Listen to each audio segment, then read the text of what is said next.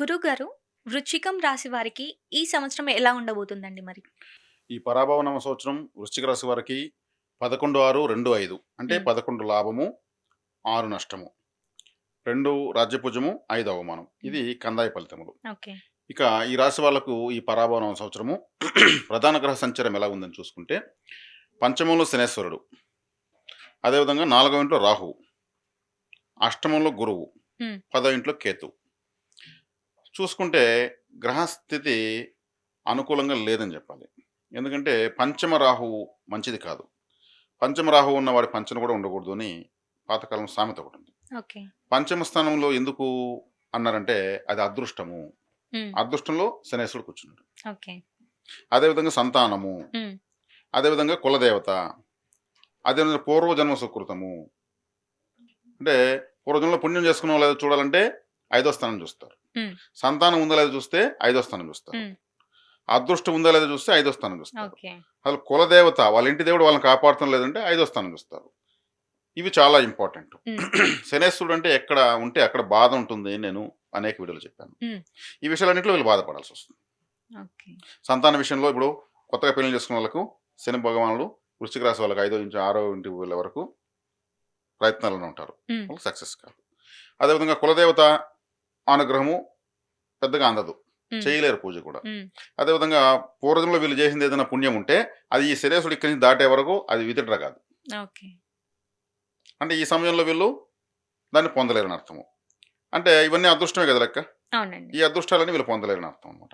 గోచారంలో కూడా ఆయన అక్కడ ఉన్నప్పుడు ఈ విధమైనటువంటి స్థితి ఉంటుంది. అంటే హ్మ్. పూర్వపుణ్య స్థానంలో వ్యతిరేక గ్రహం ఉండకూడదు.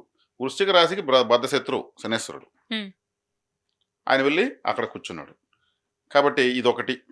ఓకే. ఈ విషయాల్లో ఇవన్నీ లేనప్పుడు మిగిలిన విషయాల్లో ఏం చేయాలన్నా ఏం కావాలన్నా అదృష్టం ఉండాలంటారు కదా. హ్మ్. ఇప్పుడు మ్, ఏం కావాలన్నా దేనికైనా అదృష్టం ఉండాలి. ఈ సామెతలకు అంత కారణం ఆ ప్లేస్లో శనేశ్వరుడు ఉన్నాడు కాబట్టి ఈ కాలం వీళ్ళ కొంచెం గడ్డు కాలంగా చెప్పొచ్చు. ఓకే. ఇక 4వ ఇంట్లో రాహువు, వృశ్చిక రాశికి 4వ ఇంట్లో రాహు మంచిది కాదు. హ్మ్. రాహు కూడా వ్యతిరేక గ్రహమే ఈ అవును. రాశికి. ఓకే. ఆకస్మికమైనటువంటి వాహన ప్రమాదాలు, లేదంటే ఏదన్నా వ్యవసాయంలో లాభాలు రాకపోవడము, హ్మ్. లేదంటే ఇంకేదైనా విద్యలో ఆటంకాలు, గృహ నిర్మాణంలో ఆటంకాలు, లేదు వీళ్ళు ఏదైనా ప్రాపర్టీ ఎక్కుంటే దాంట్లో డాక్యుమెంట్ ప్రాబ్లమ్స్, హ్మ్. ఇంకేదైనా బంధువులతో తగాదాలు, బంధువుల ద్వారా మోసపోవడము. రాహు అంటే మోసం, హ్మ్. శనేశ్వరుడు అంటే బాధ, రాహు అంటే మోసం. మోసం. బంధువుల ద్వారా మోసపోవడము, లేదేదైనా తక్కువ రేటు ఉన్న దాన్ని ఎక్కువ రేటు పెట్టి కొనేసి అంతా అయిపోయిన తర్వాత చూస్తే మోసపోయినామని తెలియడము. హ్మ్. అది రేటు పెరిగాడు ఇంకో 10 ఏళ్ళు పడుతుంది, వీళ్ళ డబ్బులు వీళ్ళకి జమ అయ్యేదానికి అట్లా ఉంటుంది. అంటే రాహు వచ్చి ఏం చేస్తారంటే మోసమన్నా చేయాలి, మోసగించన్నా పడాలి. వీళ్ళు మోసగించబడతారు ఇప్పుడు. హ్మ్. గురువు అష్టమంలో ఉన్నాడు, ద్వితీయ పంచమాధిపతి అష్టమంలో ఉన్నాడు. ఓకే. సపోర్ట్ చేసినటువంటి వ్యక్తి 8లో ఉన్నాడు. వీళ్ళు నిజంగా సపోర్టింగ్ ప్లేస్లో శత్రువులు ఉన్నారు. హ్మ్. 10వ ఇంట్లో కేతువు, 10వ ఇంట్లో కేతువు కర్మస్థానంలో కేతువు. కర్మస్థానుడు పని చేసే చోట అసలు ఆలోచనే లేదు, కోరికే లేదు, ఆశ లేదని ఒక సన్యాసి 10వ ఇంట్లో ఉన్నాడు. ఓకే. కేతు అంటే సన్యాసి. హ్మ్. సన్యాసులు వ్యాపారాలు చేస్తారా? లేదు. లేదు ఇంకేదన్నా షేర్ మార్కెట్లో డబ్బులు పెడతారా? ఏమి లేదు. బెటరు వాళ్ళు. వాళ్ళు కరెక్ట్‌గా ఆ పూటకి ఏదైనా దొరికితే తింటారు. తింటారు. నీళ్ళు తాగేసి చెట్టు కింద గమ్మున పడుకుంటారు. హ్మ్. రేపటి చూసుకుందాం అంటారు వాళ్ళు. అంటే ఆశ లేదు. అటువంటి గ్రహం 10వ స్థానంలో ఉంది. ఓకే. అప్పుడు వీళ్ళు కర్మస్థానం అంటే వీళ్ళ వర్క్ ఎలా ఉంటుంది? విపరీతమైన లాభాలు రావడం వ్యాపారాల్లో, హ్మ్. ఇట్లంతా ఏమి ఉండవు. ఇప్పుడు వృశ్చిక రాశి వాళ్ళకి క్లిష్టంగానే ఉంది ఓకే. గోచారం. ఓకే. దీనికంతటికి కూడా వృశ్చిక రాశి అంటేనే ఇదొక లోతైన రాశి. హ్మ్. పాతాళం అంటాం కదా. అవునండి. మనకు ఇప్పుడు ఎన్నో వాక్యాలు వస్తుంటాయి. హ్మ్. పాతాళం అనేది వృశ్చిక రాశి. ఓకే. చాలా లోతుగా ఆలోచిస్తారు. ఇప్పుడు దాని తగినట్టు గ్రహాలను వ్యతిరేకంగా ఉన్నప్పుడు ఇంకా లోతుగా ఆలోచిస్తారు వీళ్ళు. హ్మ్. అంటే ఒక పాతాళం అంటే ఒక రహస్యము. హ్మ్. రహస్యాన్ని కూడా పాతాళం అంటారు. కాబట్టి వీళ్ళు చాలా రహస్యమైన వాళ్ళు, లోతైన వాళ్ళు. ఇప్పుడు ఈ వ్యతిరేక పరిస్థితి అన్నట్టు ఇంట్లో గాని ఏదైనా చెప్పకుండా చేస్తే ఇంకా భారీగా నష్టపోతారు. ఇంట్లో చెప్పాలి. ఓకే. బయట చెప్తే ఫెయిల్యూర్ అయిపోతారు. హ్మ్. నేను అది చేస్తున్నా, ఇది చేస్తున్నా బయట చెప్తే వృశ్చిక రాశులు ఎప్పుడైనా సరే ఫెయిల్యూర్. హ్మ్. అదేవిధంగా వీళ్ళు ఇప్పుడు ఈ సందర్భాల్లో వీళ్ళే బాధల్లో ఉన్నారు. ఇంకొకరి బాధలు విన్నారంటే ఇంకా డబుల్ డోస్ అవుతుంది. ఓకే. వీళ్ళకి ఫాస్ట్‌గా వేరే వాళ్ళ బాధలు ఫాస్ట్‌గా రిసీవ్ అయిపోతాయి వీళ్ళకి. హ్మ్. నీరు పళ్ళ మెరుగుతుంది. అంటే నీళ్లు పళ్ళ మెరుగుతుందంటే ఏదైనా పళ్ళ ఉంటే అటువైపు నీళ్ళు వెళ్ళిపోతాయి. వీళ్ళు పాతాళం కదా, హ్మ్. వేరే వాళ్ళ బాధలంతా వీళ్ళకి వచ్చేస్తాయి. వీళ్ళు పళ్ళలోకి నీళ్ళు వచ్చి లాక్కునేస్తారు. ఓకే. సో, వీళ్ళది వీళ్ళు చూసుకుంటే సరిపోతుంది. ఆడికి వీళ్ళు చూసానికే కాలు సాలడం లేదు. హ్మ్. మళ్ళీ వీళ్ళు ఇంకొకరిది కూడా వింటారు వీళ్ళు. సీరియస్‌గా ఉండేటువంటి బాధాకరమైన సీరియల్‌లు, హ్మ్. సినిమాలు చూడకూడదు వీళ్ళు. ఓకే.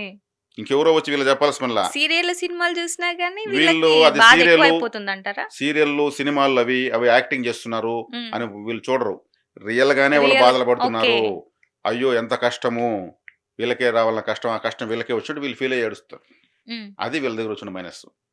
అదేముంది యాక్టింగు, డబ్బిచ్చారు. డైరెక్టర్ ఎటు చెప్తే అటు వింటారని అనుకోరు. హ్మ్. నిజంగానే అక్కడ కష్టం ఉంది.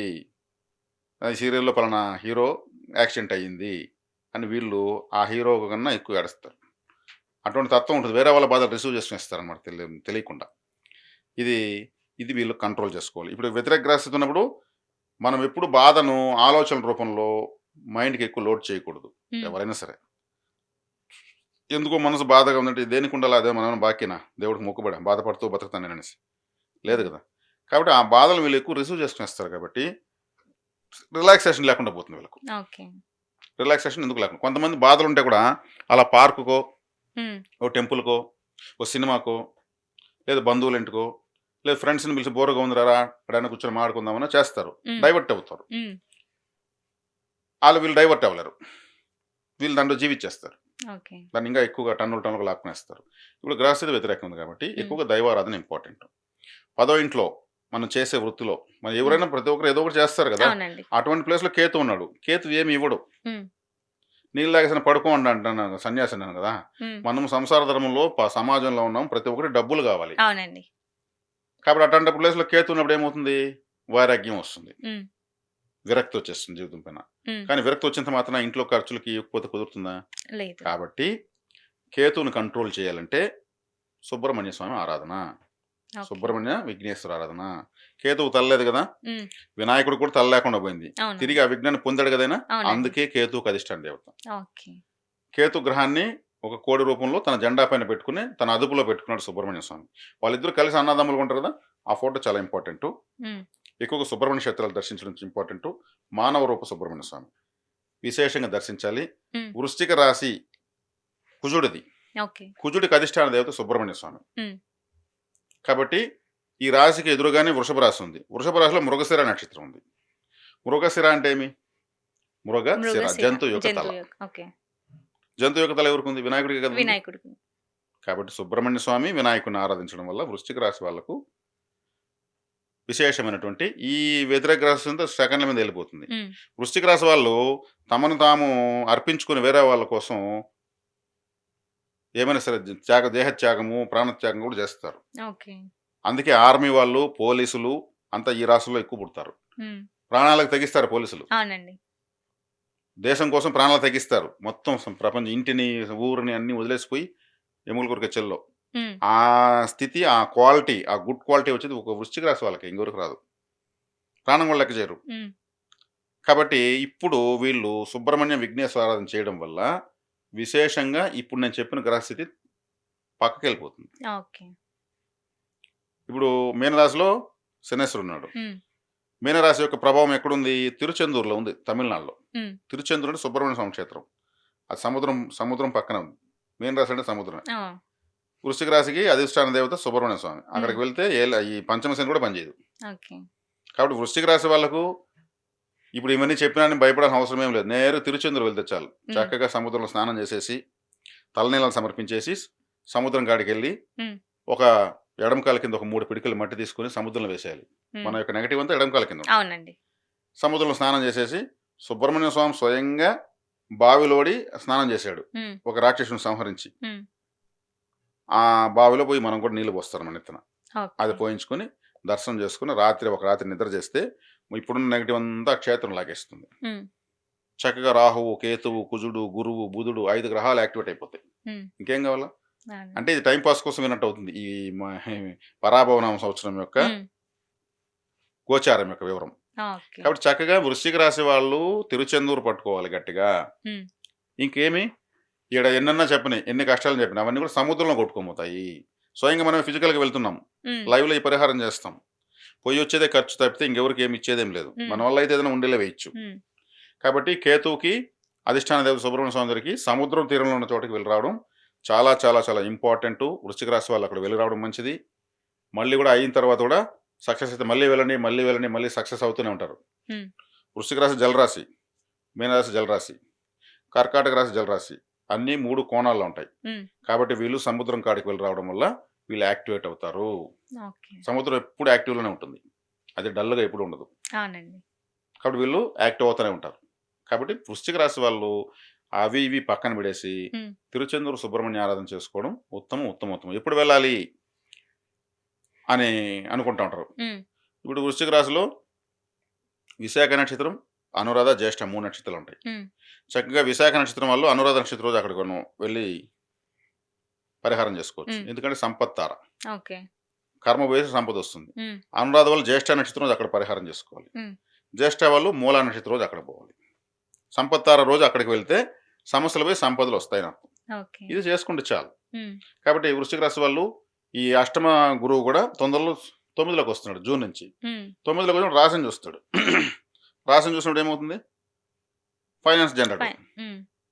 రాశిలోకి వచ్చి పంచమ శని చూస్తాడు. హ్మ్. 4 ఇంట్లో ఉంటే 5 ఇంట్లో ఉండే శనిని. అప్పుడు అదృష్టం పెరుగుతుంది. ఓకే. ప్రస్తుతం 4వ స్థానం నియంత్రిస్తున్నాడు. కానీ అష్టమ స్థానంలో ఉన్నాడు గురువు. భాగ్యంలోకి గురువు వచ్చినప్పుడు ఇంకేం కావాలి? వచ్చే స్థితికి వచ్చినప్పుడు వీళ్ళకు ఇప్పటి వరకు ఏమి లేనివో అన్నీ 100 రెట్లు ఎక్కువ వస్తాయి. హ్మ్. గురువు రెడీగా ఉన్నాడు. జూన్‌కి వచ్చేస్తున్నాడు. హ్మ్. సూట్ కేస్ తీసుకొని. అంటే ఎవరికి వీళ్ళకి వృశ్చిక రాశికి ఏమి ఇవ్వాలో దాన్ని ఎత్తుకొని వస్తున్నాడు గట్టిగానే. హ్మ్. ఇస్తాడు. తాత్కాలికమైనటువంటి ఈ జూన్ అంటే ఇప్పుడేముంది? మార్చి, ఏప్రిల్, మే 3 నెలలు పోతే చాలు. హ్మ్. బ్రహ్మాండంగా ట్రాక్‌లోకి వచ్చేస్తారు. అవును. కాబట్టి భయపడాల్సిన అవసరం అయితే ఏమీ లేదు. ఏమీ లేదు. హ్యాపీగా ఉంది. దైవ మార్గాన్ని చూపించాము. చేసుకోవచ్చు. హ్మ్. అన్ని వర్గాల వాళ్ళు. విద్యార్థులు, స్త్రీలు, పురుషులు, యువతి, యువకులు, పెళ్లి కావాల్సిన వాళ్ళు, అయిన వాళ్ళు, వ్యాపారస్తులు అందరూ కూడా. హ్మ్. ఇక్కడ మాకెలా ఉంది, మాకెలా ఉంది అని అడగాల్సిన అవసరం లేదు. కొంతమంది కామెంట్స్ పెడుతుంటారు. కింద మాకెలా ఉంది మీరు చెప్పలేదని. హ్మ్. అన్ని వర్గాల వాళ్ళకు ఈ సంవత్సర ఫలితాలు. హ్మ్. కాబట్టి పరాభవ నామ సంవత్సరంలో కొద్ది కాలం మాత్రమే పరాభవం గాని, సంవత్సరం మొత్తం విజయమే వీళ్ళకు ఓకే. అని గట్టిగా చెప్పొచ్చు. ఓకే అండి. పరాభవ నామ సంవత్సరంలో ఏ ఏ రాశుల వారికి ఎలా ఉంటుంది? ఎలాంటి పరిహారాలు చేస్తే మంచి జరుగుతుంది అని చాలా చక్కగా వివరించారు. ధన్యవాదాలు గురువుగారు. ధన్యవాదాలు.